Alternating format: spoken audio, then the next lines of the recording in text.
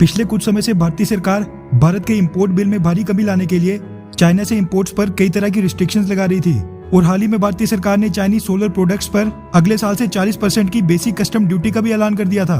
और मेजरली ये देखा गया था कि गलवान घाटी की घटना के बाद भारतीय सरकार का गुस्सा चाइना पर ही निकल रहा था, लेकिन अब भारतीय सरकार बस चाइना ही नहीं बाकी देशों से भी इंपोर्ट्स में भारी कमी करने लगी है, जिसका ताजा शिकार बने इंडोनेशिया और क्वाड एलाई ऑस्ट्रेलिया।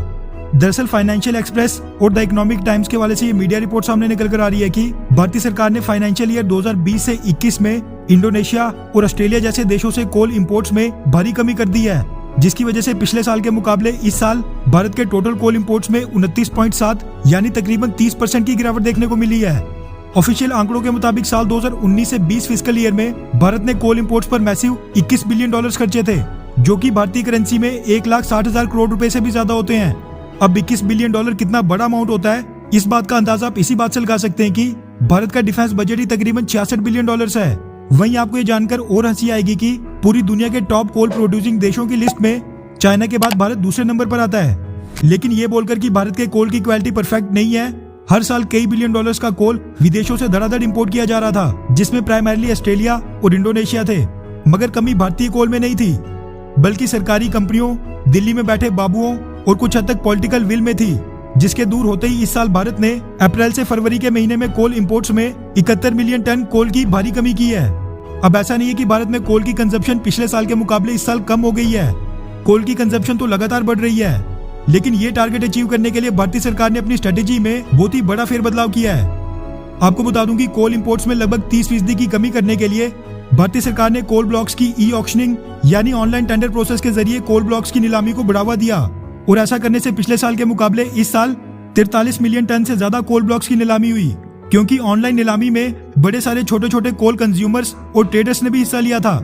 इसी के साथ भारत की सरकारी कंपनी कोल इंडिया ने देश के 17 बड़े पावर प्लांट्स के साथ टाई अप किया और पहले की 75% कोल रिक्वायरमेंट पूरा करने की लिमिट को बढ़ाकर 80% तक कर दिया, जिसके बाद अब इन सभी 17 पावर प्लांट्स को अपनी टोटल कोल रिक्वायरमेंट का 80% कोल इंडिया से खरीदना पड़ेगा, वरना उनको कोई भी बेनिफिट्स या फिर सब्सिडी नहीं दी जाएगी।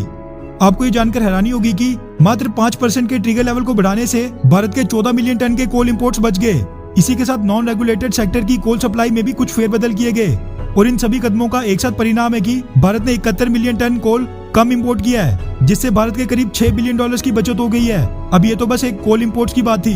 भारतीय सरकार को इससे बड़ी सीख लेते हुए ऐसी और भी चीजों के इंपोर्ट कम करने होंगे, जिनकी डिमांड हम डोमेस्टिक मार्केट से बड़े आराम से पूरी कर सकते हैं। वैसे ये बात भी सच है कि भारतीय सरकार अकेले कुछ नहीं कर सकती है, अगर आप लोग ही चाइनीज और विदेशी ब्रांड्स को बढ़ावा देते रहेंगे।